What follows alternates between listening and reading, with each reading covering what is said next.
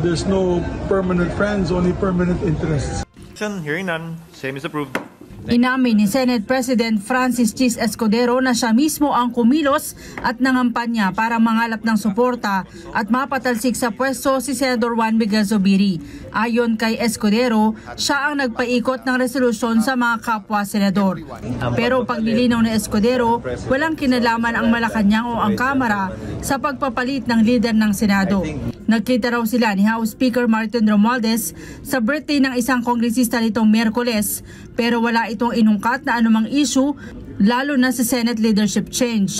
Hindi rin anya totoong nagkaroon ng rigodon sa Senado dahil sa hindi maawat na investigasyon sa PDEA leaks. When I say sinimulan ko makipag-usap, dahil marami naman at that time na may mga agam-agam. Ang lumalabas kasi na bali-balita sa labas na ako raw ang nag-instigate, ako raw nag-initiate nitong coup d'etat laban kay Senator Migs. Hindi po totoo yan. I am denying it outright. I had no hand. So ito mga kabanat, no? So nakikita natin na nagkagulo na itong Senado dahil napalitan itong si Mig Zubiri. Bigla-biglaan daw yung pagkapalit eh. Parang madaling sabi, pinatalsik daw siya. At makikita natin ngayon nagtrending na nagsabi pa si Mig Zubiri na masama ang kanyang loob dahil hindi man lang siya para kasing tinago yung planong pagpapatalsik sa kanya bilang Senate President. At umamin din itong si Chis Escudero, no? Itong nanumpa ngayon, no? Ito, nanumpa siya na kasama siya sa nagpaplano na patalsikin itong si Mig Zubiri bilang Senate President na nangalap kasama si Jinggoy. At parang ang balita mga kabanat ay kaya siya pinatalsik itong si Mig Zubiri dahil daw sa hearing ni Senador Bato de la Rosa. Bakit daw pinayagan itong si Senador Bato de la Rosa na mag-hearing laban sa ating President Bongbong Marcos? Kasi ang topic ni Senador Bato de la Rosa ay may kaugnayan doon sa nag-leak na dokumento ng PDEA na yun nga ay involved yung ating Pangulo sa ngayon, sa kasalukuyan. So alam na natin na itong si Jinggoy Estrada, isa sa mga nagtumulong pala. At itong si Jinggoy, itong convicted na ito, no, na dating nakulong din, kasama pala sa gumalaw para mapalitan itong liderato ng Senado. Na alam naman natin nung hearing na kitang-kita natin kung paano tumutol itong si Jinggoy Estrada doon sa mga sagot ng ilang witness ni Senador Bato de la Rosa. So ito daw yung dahilan, at umamin ba dito si Chis Escudero na nakipagkita itong matabang mamang ito, no? Kay Chis Escudero, ibig sabihin nag-usap sila. So ibig sabihin aminin man nila tsaka hindi, may kinalaman talaga yung Malacanang dito sa pagpapalit ng liderato ng Senado. Alam naman natin itong si Mig Zubiri parang mas loyal ito kay President. Bagay hindi naman, kasi nung panahon ni President Duterte ay hindi rin piniyagan din ni Senate President Mig Zubiri na magkaroon ng pagdinig labang sa Parmali, di ba? Na involved doon si President Duterte. So mayroong video na ipakita ko sa inyo. Ito ay report ni galing sa Net25, no? So kikredit na lang natin ito sa Net25. Ito, pakinggan nyo. So paano gumalaw itong mga, ewan ko mga kababayan, kung talagang naglilingkod dito sa bayan o naglilingkod sa mga personal na interest. Kayo nang umusta? Any objection? Hearing none, same is approved. Inamin ni Senate President Francis Chis Escudero na siya mismo ang kumilos at nangampanya para mangalap ng suporta at mapatalsik sa pwesto si Senador Juan Miguel Zubiri. Ayon kay Escudero, siya ang nagpaikot ng resolusyon sa mga kapwa senador. Pero hindi na ito ipininisinta sa plenaryo bilang pagrespeto kay Zubiri at hindi na mauwi sa bangayan ang pagpapalit ng lider ng Senado. Ang pagpapalit ng Senate President is always arrived at through a gentlemanly conduct. I think 9 out of 10, except ng mga unang panahon, ang Senate President hindi tinatanggal, nagbibitiw. So hindi na kailangan ng anumang declaring vacant, ganon-ganon. Wala na ganon para hindi naman seamless pero at least mapayapa at hindi magulo. Huwebes noong nakaraang linggo niya una siya nakipag-usap para kumbinsihin ang mga kasamahan at nitong linggo na kumpleto ang pirma. Nakumbinsi niya raw agad ang 15 senador dahil marami na silang agam-agam sa liderato ni Zubiri na hindi niya na idinitalye. Pero paglilinaw ni Escudero, walang kinalaman ang Malacanang o ang Kamara sa pagpapalit ng lider ng Senado. Nagkita raw sila ni House Speaker Martin Romualdez sa birthday ng isang kongresista nitong Miyerkules pero wala itong inungkat na anumang issue lalo na sa Senate leadership change. Hindi rin anya totoong nagkaroon ng rigodon sa Senado dahil sa hindi maawat na investigasyon sa PDEA leaks. When I say sinimulan ko makipag-usap, dahil marami naman at that time na may mga agam-agam. Walang kinalaman sa topic, walang kinalaman sa mga intriga nila na may kinalaman to sa palasyo kanina man.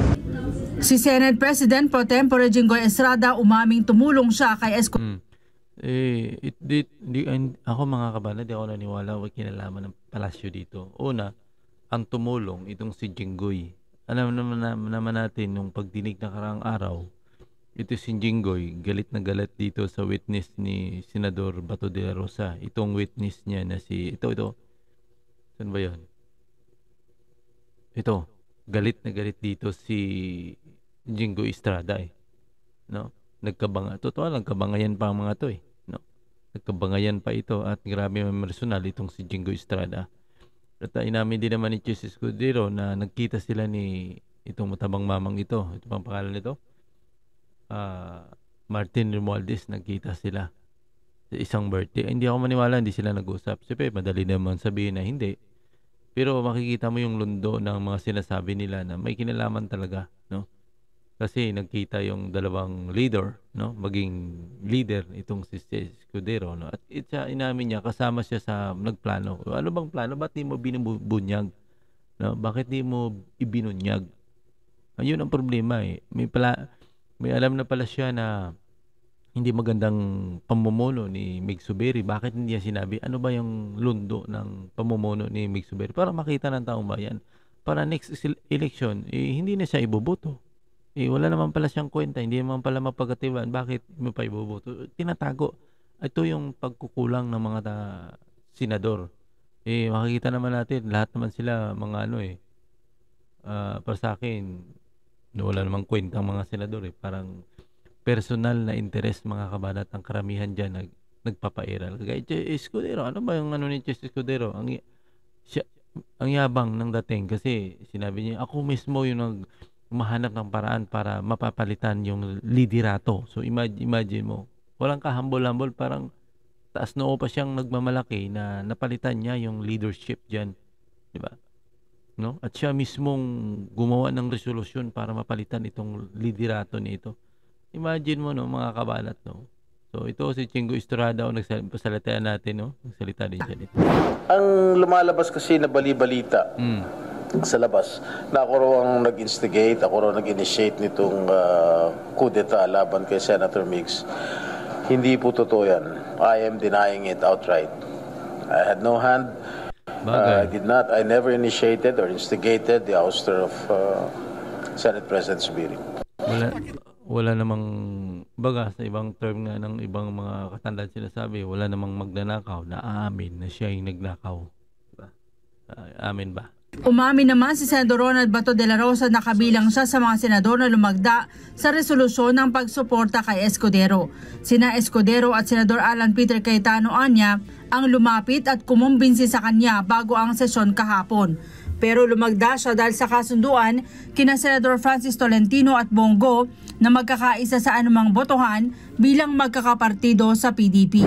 Ang mas mabigat na rason dyan talaga is that among us three magkabats na PDP senators, Senator Bongo, Senator Tolentino, and myself, we forged a covenant na majority wins.